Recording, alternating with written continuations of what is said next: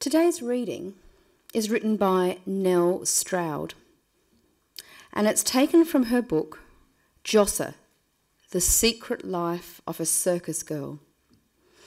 Nell is an equestrian artist in a travelling circus. She grew up in the Oxfordshire countryside in England.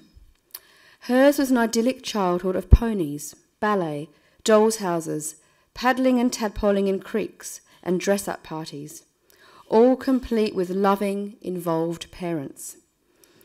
After completing a degree in literature at Oxford University, Nell decided to pursue her childhood dream of living and working in the circus.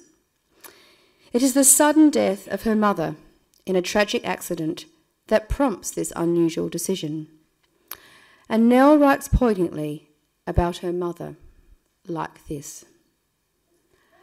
After some hours, the surgeon came into the room and he told my dad that it was very serious. He gave us the prognosis. He said, "We have a 52-year-old woman who has received a catastrophic blow to the head.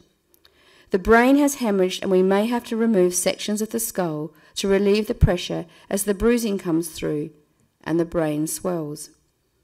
She has a 1 in 3 chance of surviving the night."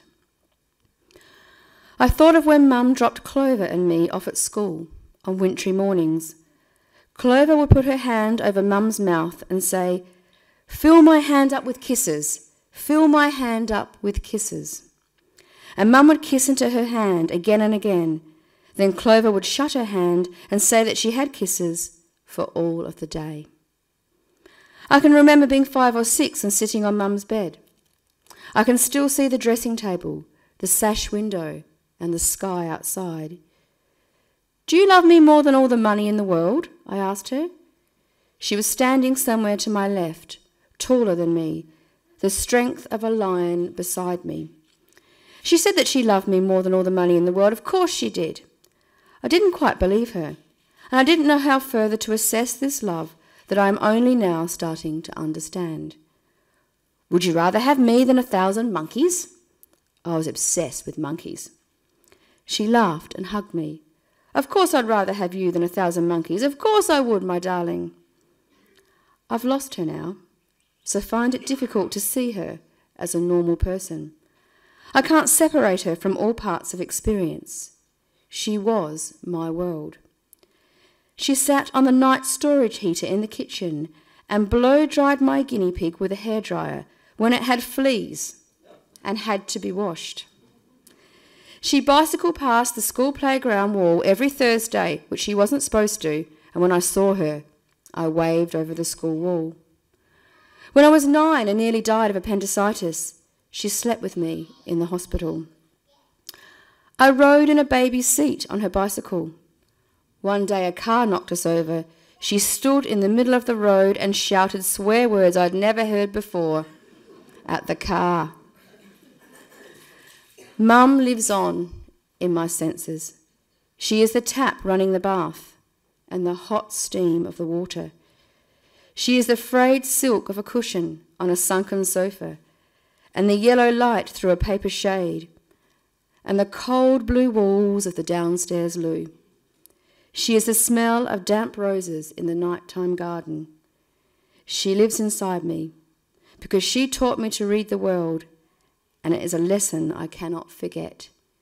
She spellbinds me. Those words by Nell Stroud about mothers and daughters I read many years ago, long, long before I was a mother myself, though of course I was a daughter. I read that book, indeed I bought that book, to read about equestrian art and the circus, not to read about mothers and daughters. Yet I remember nothing about equestrian art or the circus. What I remember instead, what absolutely riveted me, were the passage about Nell Stroud's mother and her relationship with Nell and her sister Clover. The image of Nell's mum carefully blow-drying the family guinea pig, of blowing 100 kisses into her girls' hands before they went to school each morning, left an indelible mark upon my brain. a mark that went underground but emerged with assertion many years later when I was pregnant with my first child. I want to be the sort of mother that Nell Stroud had, I said to myself. I'll be the sort of mother who blow-dries wet guinea pig fur. I'll never be too impatient or busy for that. I'll always blow kisses into their hands before they go to daycare or kindy or school. I'll sleep with them in hospital if they are sick, and I'll scream at anyone who is careless enough to even try to knock us down in the street. I keep Nell Stroud's reading in my top drawer, and I look at it frequently.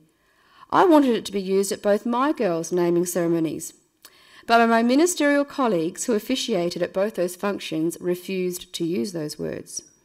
They said they were unrealistic, idealised, and knowing me, I would use it as a stick to beat myself with for years to come, so I wasn't allowed to use them. But I don't agree. I like those words. I think they are beautiful words about a beautiful person. And I think if Nell Stroud's memory of her mother is even partially objectively accurate, then she was very lucky indeed. Do I measure up to this maternal goddess? No, of course I don't. We curiously don't have guinea pigs, so the blow dryer hasn't yet dealt with non-human hair. Sometimes I blow kisses into the girls' hands, but often the farewell in the morning follows a very hassled and stress-filled trajectory from bed to school gate. I have spent nights at their bedside when each of them have been in hospital, and as a non-driver pedestrian burdened with pram, school bags and raincoats, it takes all my strength to remember my position in the community when someone nearly collects the three of us, mobile phone in one hand and brain engaged anywhere but the here and now. So no, I don't measure up, of course I don't. Does that bother me? It did once, but not of much now. And there was one conversation that changed that. My eldest daughter, Imogen, had just finished a year at kindergarten and was soon to start primary school. On her final day at kindergarten, I went to see the director, as all the parents do. The director told me how well Imogen had done and how proud I should be, the usual stuff. But then she said, there is one thing that is different about her. One thing I've really noticed about Imogen is that she has a very strong sense of being part of a community larger than her extended family and larger, much larger than her nuclear family. It's quite obvious, she said.